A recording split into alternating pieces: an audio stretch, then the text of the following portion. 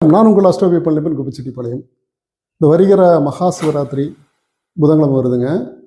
புதன்கிழமை முடிஞ்சு அடுத்த நாள் அமாவாசை சேர்ந்து வருது. இந்த நாளில் பார்த்தீங்கன்னா குலதெய்வம் மிக சக்தியுடன் காட்சி அளிக்கும். அந்த இரவு வேளையில் எல்லா கோயிலும் விசேஷ பூஜைகள் வைப்பாங்க. அதை வைக்கும் பொழுது அந்த பூஜையில் நம்ம கலந்துக்கிறதும் ஒரு சிறப்பு. அடுத்த நாள் சப்போஸ் அப்படி போக முடியல என்றால் அடுத்த நாள் கூட நீங்கள் போகலாம். போய் நீங்கள் குலதெய்வத்தை வணங்கினோம்னா குலதெய்வம் கேட்டதெல்லாம் அள்ளி கொடுக்குங்க. குலதெய்வத்தை மாதிரி கொடுக்கக்கூடிய சக்திங்கிறது எந்த தெய்வத்துக்கும் கிடையாது. இருந்தாலும் நம்ம குலதெய்வம் நம்ம குலம் காக்கும் தெய்வம் குலதெய்வம்னு சொல்லுவோம்.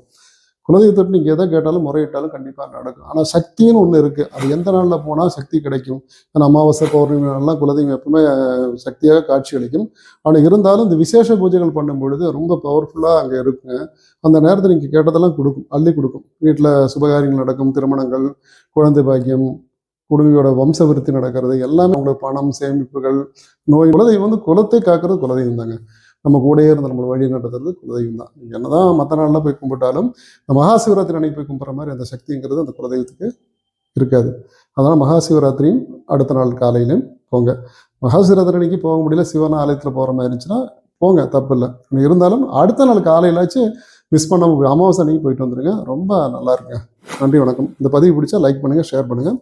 மீண்டும் அடுத்த பதிவு சந்திப்போம். நன்றி, வணக்கம்.